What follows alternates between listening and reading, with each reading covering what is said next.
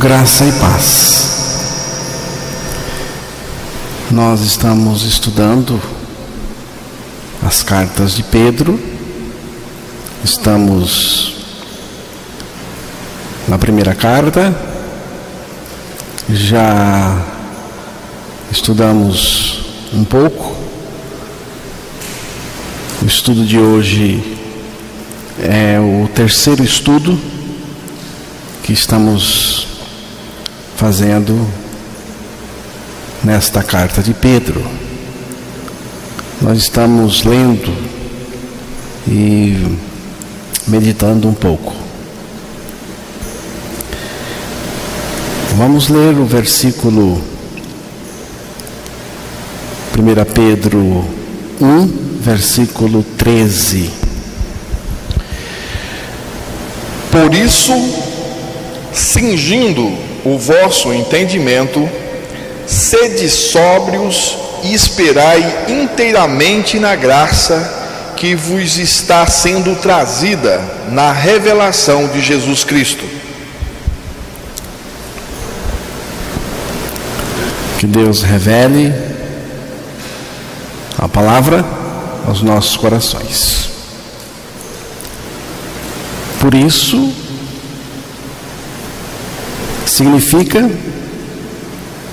que Pedro está fazendo a ligação do que ele havia dito antes. Ele tinha dito antes que nós devemos bendizer a Deus. Versículo 3. Bendito o Deus e Pai de nosso Senhor Jesus Cristo, que segundo a sua muita misericórdia nos regenerou para uma viva esperança, mediante a ressurreição de Jesus Cristo dentre os mortos. Bendizer a Deus, porque Ele é o Deus da misericórdia. Bendizer a Deus, porque Ele, com a sua misericórdia, nos regenerou mediante a ressurreição do nosso Senhor Jesus Cristo dentre os mortos. Bendizer, porque Jesus Cristo veio, morreu, nos fez morrer com Ele e ressuscitou para nos regenerar com a sua vida. Bendizer a Deus, porque Ele nos regenerou para uma esperança viva, através da ressurreição de Jesus e da nossa, juntamente com Ele. Bendizer ao Pai, porque Ele nos deu a convicção de uma herança incorruptível, e porque nós somos guardados pelo poder de Deus mediante a fé para uma salvação preparada para revelar-se no último tempo. Pedro diz: nisso exultai, embora sejamos contristados com várias provações. E Pedro fala que essas provações têm como finalidade apurar a nossa fé, como no cadinho ou crisol.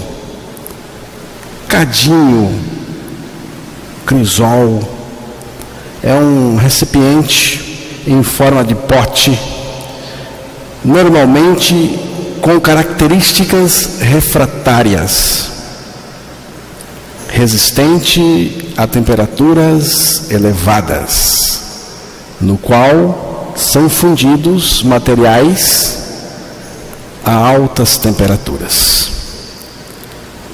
Os ourives usam há séculos para purificar o ouro.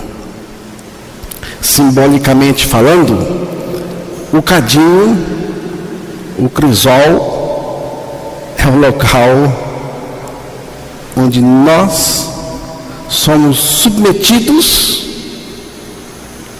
a provas, para que, uma vez confirmado o valor da nossa fé, redunde em louvor e honra ao nosso Senhor Jesus Cristo.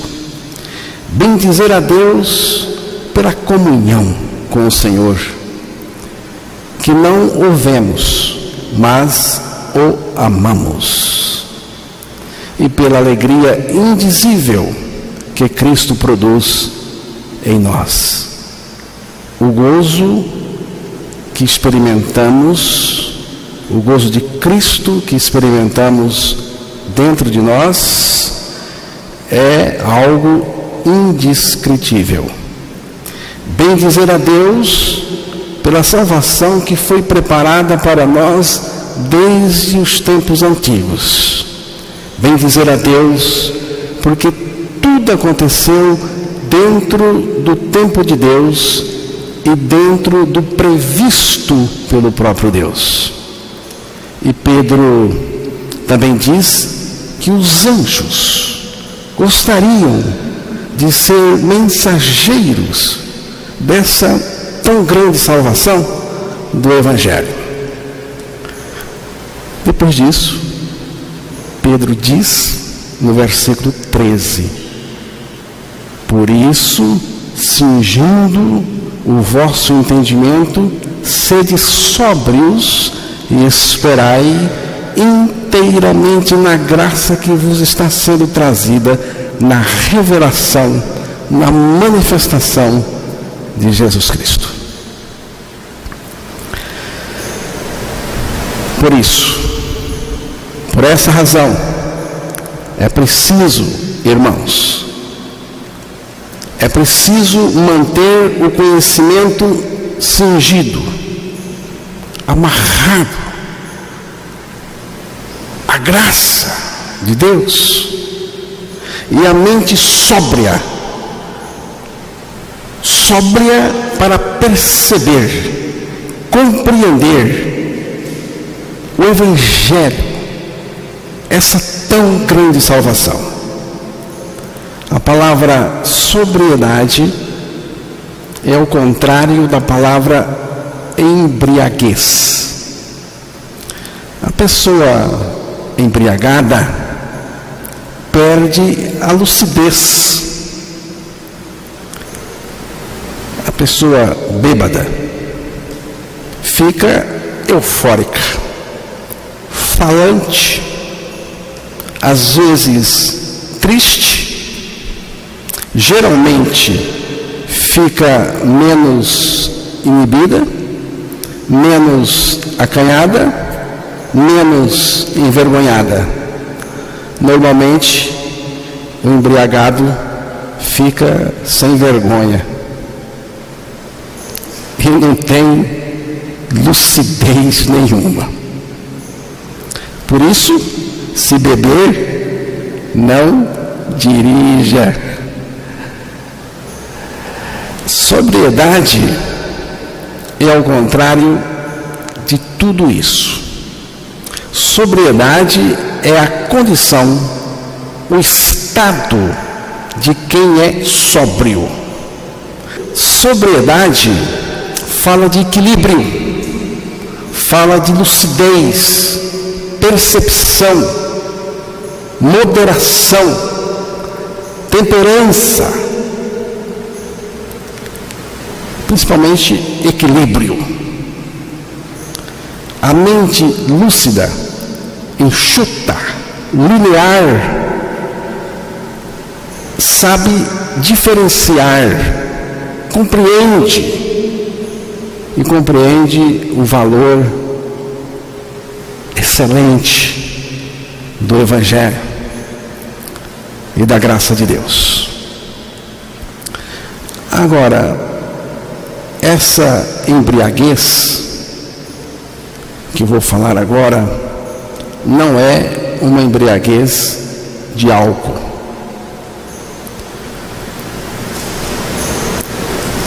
É uma embriaguez ainda pior, muito pior.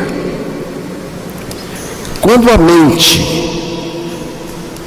está encharcada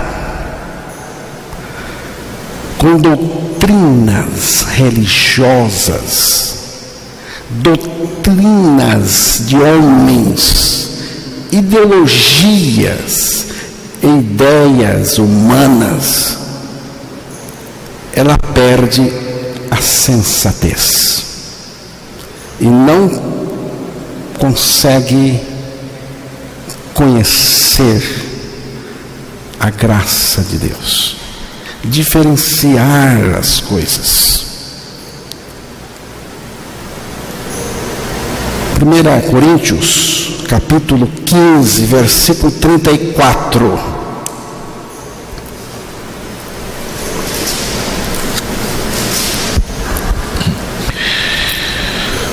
Tornai-vos à sobriedade, como é justo, e não pequeis, porque alguns ainda não têm conhecimento de Deus. Isto digo para a vergonha vossa. Tornai-vos à sobriedade, como é justo, e não pequeis, porque alguns não têm conhecimento de Deus. Isto digo para vergonha vossa.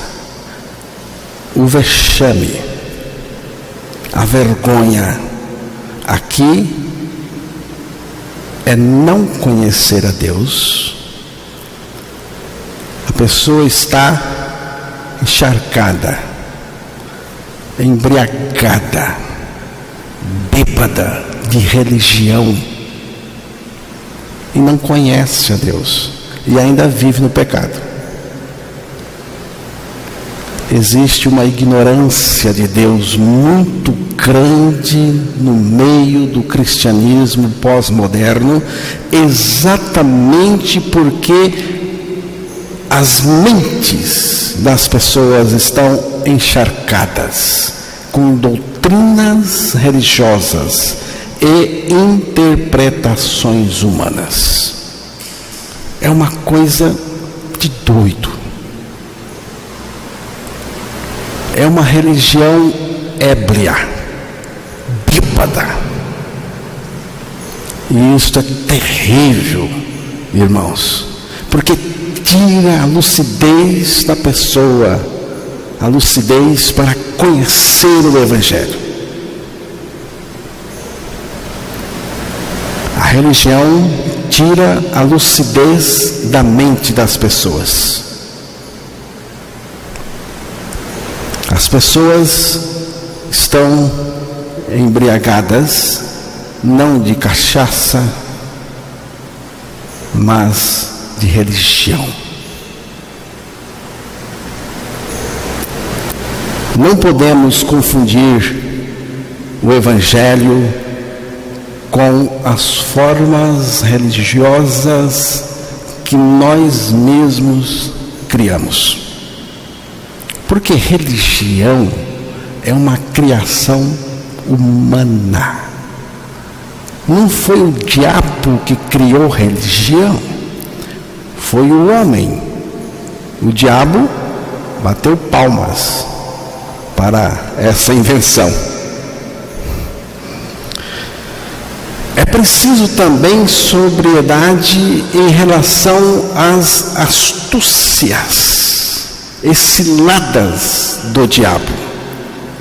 Primeira carta de Pedro, capítulo 5, versículo 8.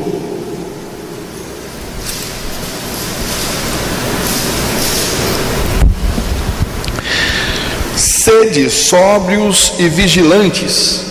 O diabo, vosso adversário, anda em derredor como leão que ruge, procurando alguém para devorar. Sede sóbrios e vigilantes. O diabo, o vosso adversário, anda em derredor como leão que ruge, procurando alguém para devorar. Vigilância. O que significa?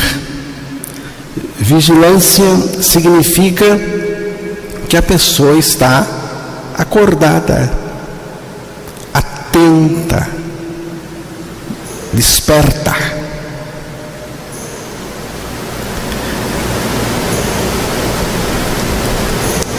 É preciso sobriedade para poder esperar inteiramente.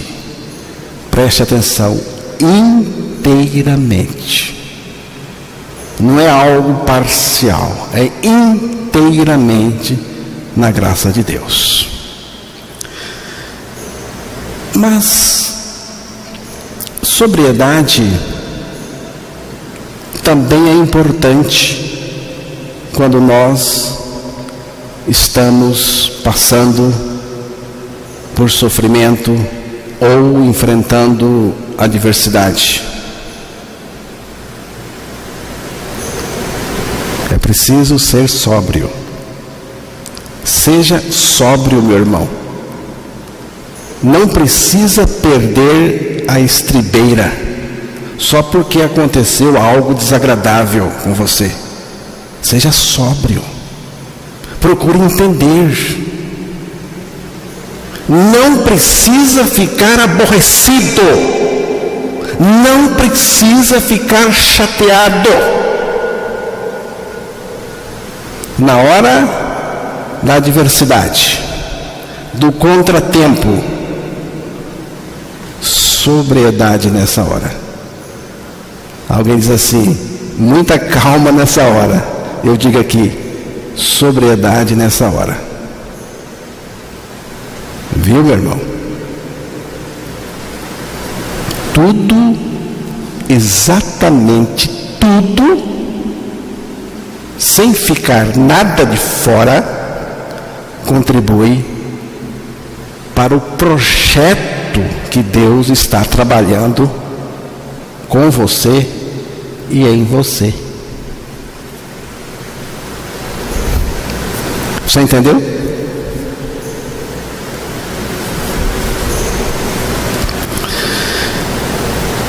Sede sóbrios e esperai inteiramente na graça que vos está sendo trazida na revelação de Jesus Cristo.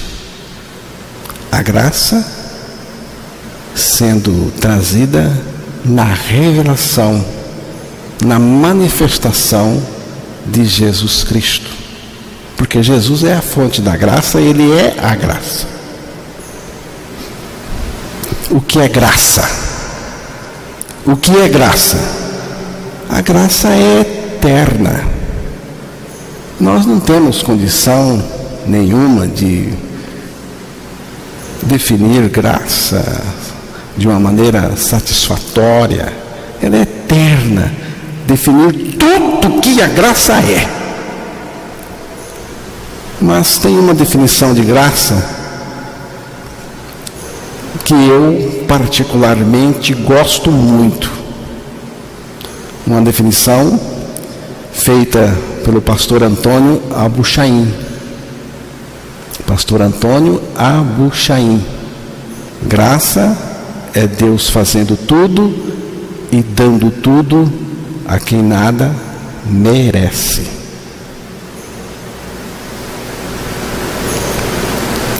Graça é favor imerecido de Deus. Graça é a ação absoluta de Deus para com a impotência absoluta do homem. Graça é a providência de Deus invadindo a nossa necessidade. Graça é a total suficiência de Deus para suprir a nossa total deficiência. Quem está dizendo isto aqui, esperai inteiramente na graça, é o apóstolo Pedro. Pedro, como vocês sabem, era muito afoito. Ele era afoito demais. O afoito normalmente pensa que se basta e está sujeito a muitos erros e fracassos. Você se lembra que Jesus foi buscar da primeira vez no mar da Galileia. Jesus foi buscar no mar onde ele estava pescando com os companheiros. Jesus foi buscar e chamou ele: eu vou fazer você agora um pescador de homem. Foi no começo. Depois que Jesus morreu e já estava ressuscitado, Pedro voltou à antiga profissão, porque ele era um profissional da pesca, ele vivia da pesca, mas Jesus tirou ele da pesca. Eu quero você aqui comigo, Pedro. Mas Pedro, por um momento de afoitismo, Pedro voltou a pescar. João, capítulo 21, vamos ouvir a leitura do versículo 1 até o 13.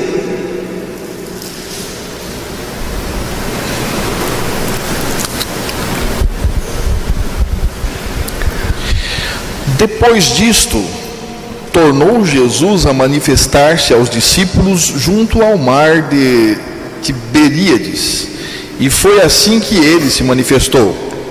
Estavam juntos Simão, Pedro, Tomé, chamado Dídimo, Natanael, que era de Caná da Galileia, os filhos de Zebedeu e mais 2 dos seus discípulos. Disse-lhes Simão Pedro: vou pescar. Disseram-lhe os outros: também nós vamos contigo. Saíram e entraram no barco, e naquela noite nada apanharam. Mas ao clarear da madrugada estava Jesus na praia. Todavia os discípulos não o reconheceram que era ele. Perguntou-lhes Jesus: filhos, tendes aí alguma coisa de comer? Responderam-lhe: não. Então lhes disse: lançai a rede à direita do barco e achareis. Assim fizeram, e já não podiam puxar a rede, tão grande era a quantidade de peixes. Aquele discípulo a quem Jesus amava disse a Pedro: é o Senhor. Simão Pedro, ouvindo que era o Senhor, cingiu-se com sua veste, porque se havia despido, e lançou-se ao mar. Mas os outros discípulos vieram no barquinho puxando a rede com os peixes, porque não estavam distantes da terra, senão quase 200 côvados. Ao saltarem em terra, viram ali umas brasas, e em cima peixes, e havia também pão. Disse-lhes Jesus: trazei alguns dos peixes que acabastes de apanhar. Simão Pedro entrou no barco e arrastou a rede para a terra, cheia de 153 grandes peixes. E não obstante serem tantos, a rede não se rompeu. Disse-lhe Jesus: vinde, comei. Nenhum dos discípulos ousava perguntar-lhe: quem és tu? Porque sabiam que era o Senhor. Veio Jesus, tomou o pão e lhes deu, e de igual modo o peixe. E já era esta a terceira vez que Jesus se manifestava aos seus discípulos, depois de ressuscitado dentre os mortos. Simão Pedro voltou a pescar. Mas naquela noite, no seu retorno à pescaria, nada apanhou. O mar não está para peixe. Mas, bem cedinho, ao nascer do sol, Jesus foi resgatá-los, foi buscá-los. Jesus já ressuscitado. Jesus foi até onde eles estavam. Jesus se manifestou a eles na praia. E Jesus diz assim: filhos, tendes aí alguma coisa de comer? Não temos nada, foi a resposta. Eles não reconheceram Jesus de imediato. Aí o Senhor ordena: lançai as redes para o outro lado do barco, à direita do barco. Mas Pedro já tinha pescado por ali, não tinha pegado nada a noite inteira. Mas eles obedeceram e fizeram o que Jesus havia dito, e pegaram tanto peixes que não podiam puxar a rede, de tão cheia que estava de peixes. Os discípulos, ao saltarem na terra, viram ali brasas, uma fogueira pequena. Em cima das brasas tinha peixe e havia também pão. Jesus pediu para eles trazerem mais algum peixe e também disse: vinde e comei. Jesus já tinha, muito antes deles, providenciado o peixe, o fogo também e o pão, porque Ele é o Deus da graça. Senta aqui, senta comigo, vamos comer. E aí, na beira da fogueira, comendo peixe com pão, Jesus começa a consertar tudo, mudar o rumo, resgatar aqueles discípulos, porque Jesus não perdeu nenhum, a não ser o que tinha que ser deixado para lá mesmo, Judas, o traidor. Jesus, com a sua graça maravilhosa, restaurou. Jesus não desistiu daqueles homens e foi atrás buscá-los com a sua graça maravilhosa, e com a sua graça transformá-los em instrumento da sua graça. E agora esse homem mudado, salvo pela graça, nos diz: esperai inteiramente na graça que está sendo trazida na revelação, quando o Senhor se revela a nós, se manifesta a nós. Por que esperar inteiramente na graça? Porque a nossa salvação, do começo ao fim, é totalmente pela graça. Esperar na graça significa que eu preciso depender totalmente da suficiência de Cristo e da sua graça, que é suficiência na minha vida. Então ele me disse: a minha graça te basta. Então o Senhor me disse: a tua graça me basta. É bastante para mim, é suficiente para mim. 2 Coríntios, capítulo 12, versículo 9 e 10. Aqui eu estou citando o apóstolo Paulo. O apóstolo Paulo foi quem disse: então ele me disse, a minha graça te basta. 2 Coríntios 12, 9 e 10. Então ele me disse, a minha graça te basta, porque o poder se aperfeiçoa na fraqueza. De boa vontade, pois, mais me gloriarei nas fraquezas, para que sobre mim repouse o poder de Cristo. Pelo que sinto prazer nas fraquezas, nas injúrias, nas necessidades, nas perseguições, nas angústias, por amor de Cristo. Porque quando sou fraco, então é que sou forte.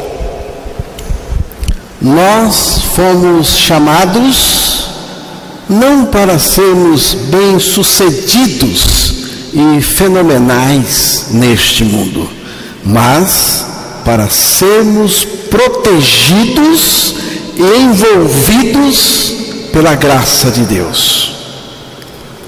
Alguém me disse certa vez: vocês são fracassados.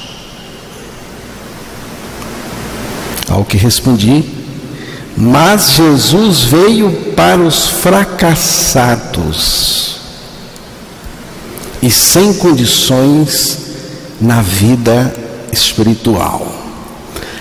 Se você aqui hoje pensa assim também, que nós somos fracassados, então eu também vou lhe dizer: Jesus veio para os fracassados e sem condições na vida. Lucas capítulo 14, versículo 15 a 24.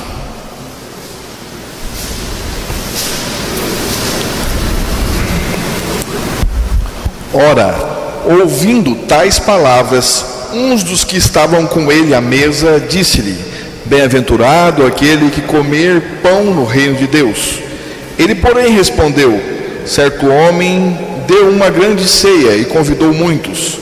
À hora da ceia enviou o seu servo para avisar aos convidados: vinde, porque tudo já está preparado.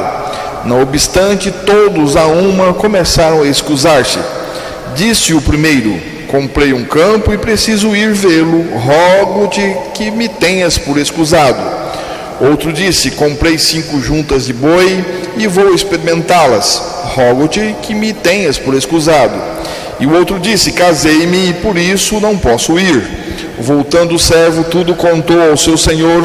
Então, irado, o dono da casa disse ao seu servo: sai depressa para as ruas e becos da cidade e traze para aqui os pobres, os aleijados, os cegos e os coxos. Depois lhe disse o servo: Senhor, feito está como mandaste, e ainda há lugar. Respondeu-lhe o Senhor: sai pelos caminhos e atalhos e obriga a todos a entrar, para que fique cheia a minha casa. Porque vos declaro que nenhum daqueles homens que foram convidados provará a minha ceia. Os convidados não aceitaram o convite. E Deus mandou buscar para estar em sua casa, na sua festa, os sem condições, os falidos e fracassados. E a casa ficou cheia deles. Mas vocês são fracos e tolos. Sim, perfeitamente. Mas Jesus veio para os fracos e para os tolos. 1 Coríntios, capítulo 1, versículo 26 a 31. Irmãos, reparai, pois, na vossa vocação, visto que não foram chamados muitos sábios segundo a carne, nem muitos poderosos, nem muitos de nobre nascimento. Pelo contrário, Deus escolheu as coisas loucas do mundo para envergonhar os sábios, e escolheu as coisas fracas do mundo para envergonhar as fortes. E Deus escolheu as coisas humildes do mundo e as desprezadas e aquelas que não são, para reduzir a nada as que são, a fim de que ninguém se vanglorie na presença de Deus. Mas vós sois dele em Cristo Jesus, o qual se nos tornou da parte de Deus sabedoria e justiça e santificação e redenção, para que, como está escrito, aquele que se gloria, glorie-se no Senhor. Mas vocês não têm sinais. Sinais. Sim, não temos sinais, mas temos o sinal do Cristo. E esse sinal do Cristo arrebenta com qualquer coisa. É o sinal, grandioso e poderoso. E esse sinal nós temos aqui. Mateus 12, versículo 38 ao 40. 8. Então alguns escribas e fariseus replicaram: Mestre, queremos ver de tua parte algum sinal. Ele, porém, respondeu: uma geração má e adúltera pede um sinal, mas nenhum sinal lhe será dado senão o do profeta Jonas. Porque assim como esteve Jonas 3 dias e 3 noites no ventre do grande peixe, assim o Filho do Homem estará 3 dias e 3 noites no coração da terra. Mateus 16, verso 1 ao 4. Aproximando-se os fariseus e os saduceus, tentando-o, pediram-lhe que lhes mostrasse um sinal vindo do céu. Ele, porém, lhes respondeu: chegada a tarde, dizeis, haverá bom tempo, porque o céu está avermelhado, e pela manhã, hoje haverá tempestade, porque o céu está de um vermelho sombrio. Sabeis, na verdade, discernir o aspecto do céu, e não podeis discernir os sinais dos tempos? Uma geração má e adúltera pede um sinal, e nenhum sinal lhe será dado senão o de Jonas. E deixando-os, retirou-se. Uma geração má e perversa. O que é geração má e perversa? É a geração que foi gerada em pecado. E todo mundo é a natureza pecaminosa da pessoa. E para uma geração má,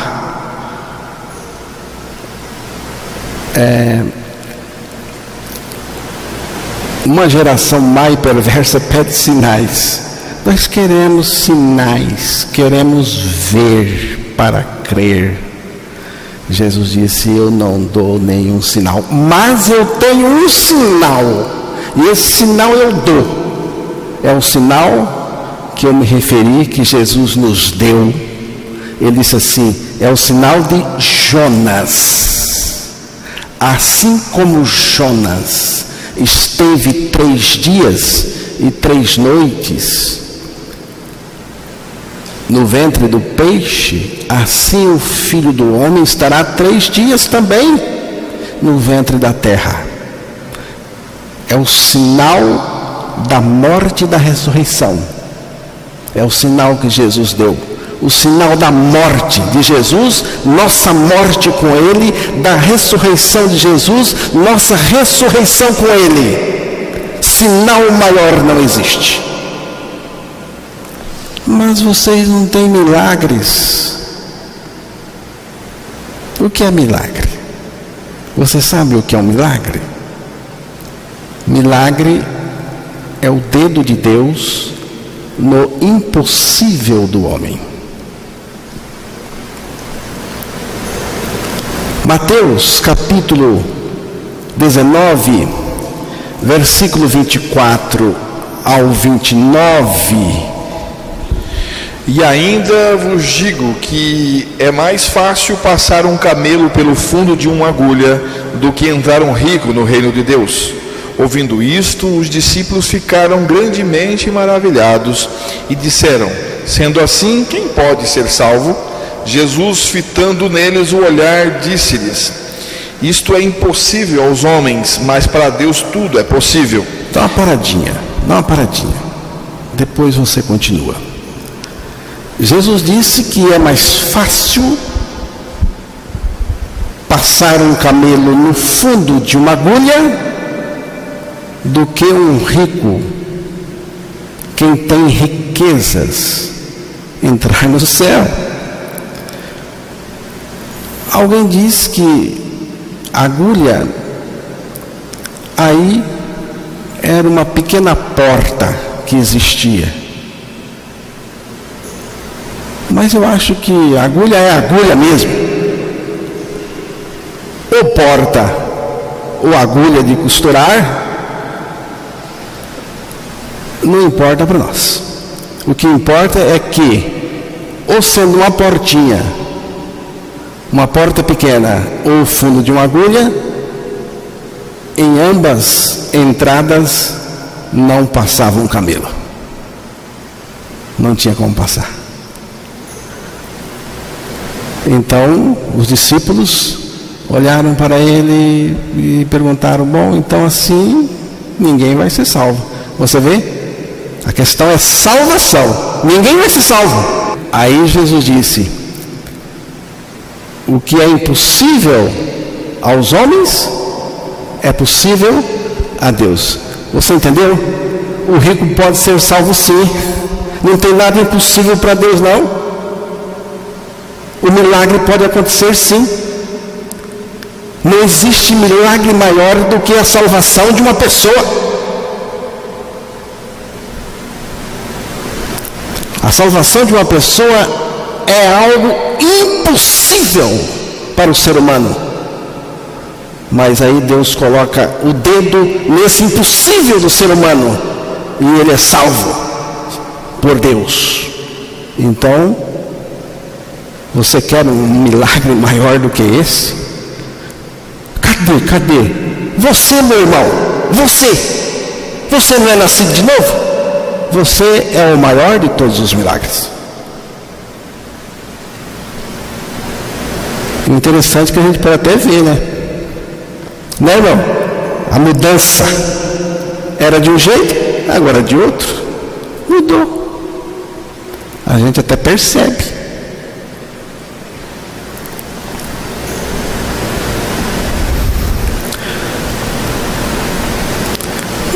Quando alguém disser para você, para nós: vocês são os melhores, aí vamos ter que dizer o que Jesus disse. Jesus virou-se e disse a Pedro: saia da minha frente, Satanás. Você é uma pedra no meu caminho para fazer com que eu tropece, pois está pensando como os humanos e humanistas pensam, e não como Deus pensa. Pode dizer que somos fracassados, tolos, pode dizer o que quiser, mas não venha dizer que nós somos melhores, porque aí o perigo está perto. Aí você vai ter que dizer: passa de largo, Satanás, suma daqui, porque isso é humanismo.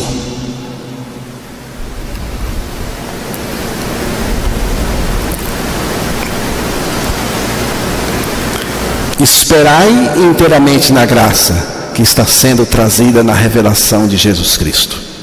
Pedro não está falando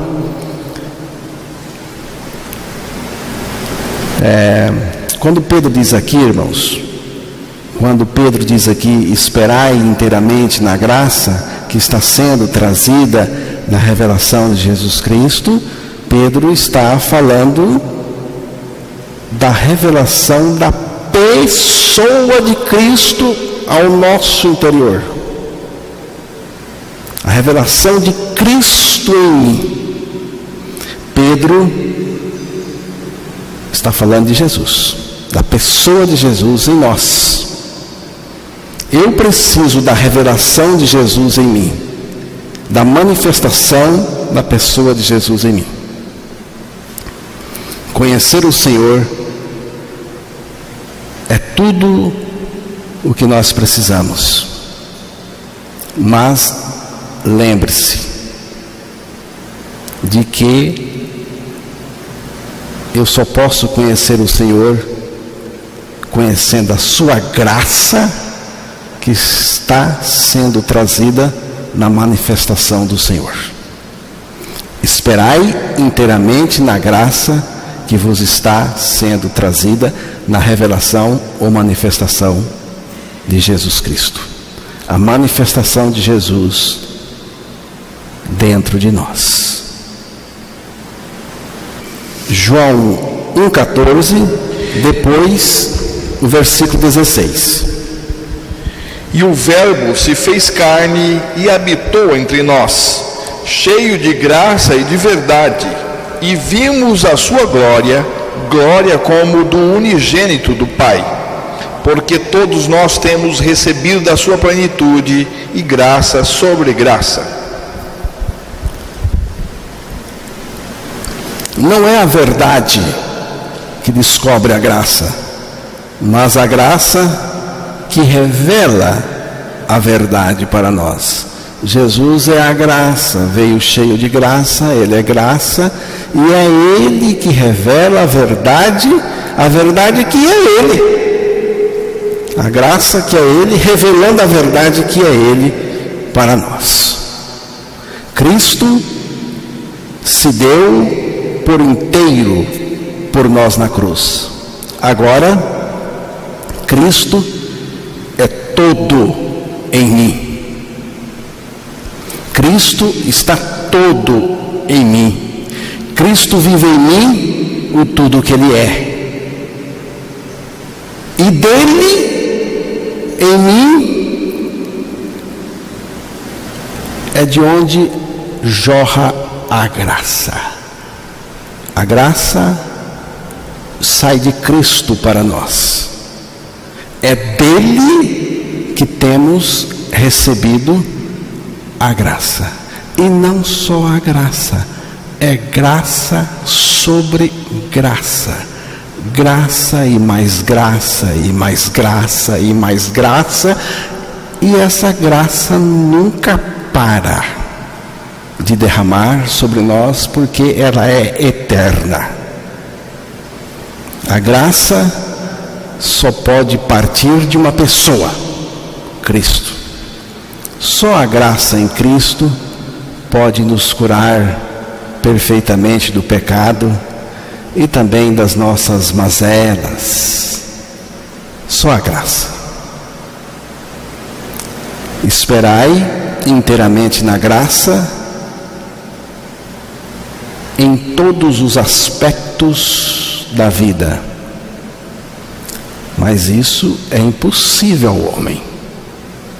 Até para você esperar inteiramente na graça em todas as áreas da sua vida, você precisa da graça para poder esperar na graça, descansar na graça.